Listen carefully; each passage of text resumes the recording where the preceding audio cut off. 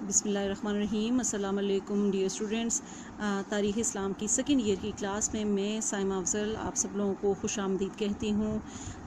जहाँ हमने तारीख़ इस्लाम का सिलसिला पार्ट 1 में मुनक़ता किया था, यानी हम चौथा खलीफा हमने पढ़ लिया था, खुलफ़ाए राशिदीन के पीरियड को हमने पढ़ा था और हज़रत अली के पीरियड पे हमने उसको ख़त्म का इख्तिताम किया था। वहीं से ही अब हम दोबारा यहाँ तारीख़ इस्लाम का पार्ट 2 हम शुरू करेंगे।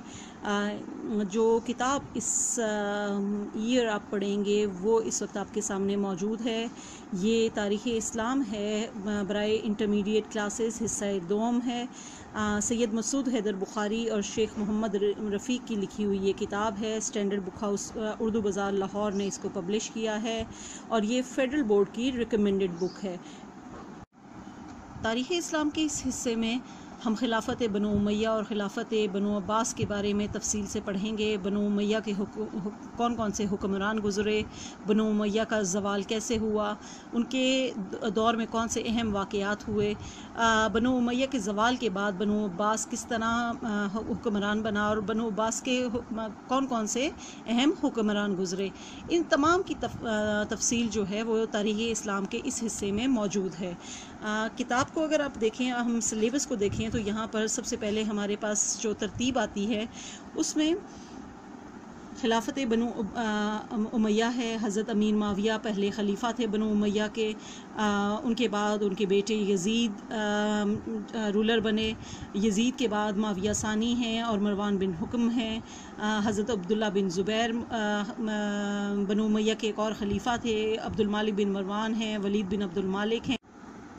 वलीद बिन अब्दुल मालिक के बाद सुलेमान बिन अब्दुल मालिक का पीरियड आता है। फिर हज़रत उमर बिन अब्दुल अज़ीज़ का पीरियड है। फिर यजीद सानी है, हशाम बिन अब्दुल मालिक है, मरवान सानी है। इसके बाद अब्बासी तहरीक शुरू होती है, बनु उमैया का ज़वाल आता है और अब्बासी हुकूमत बनाने में कामयाब हो जाते हैं।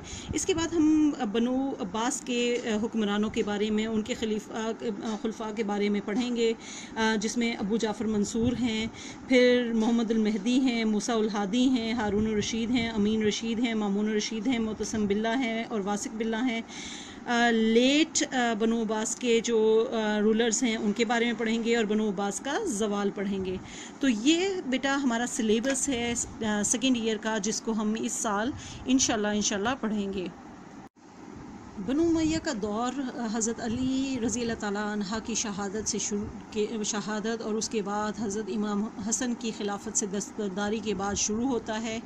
अमीर माविया बनु उमैया के पहले हुक्मरान बनते हैं या पहले खलीफा बनते हैं।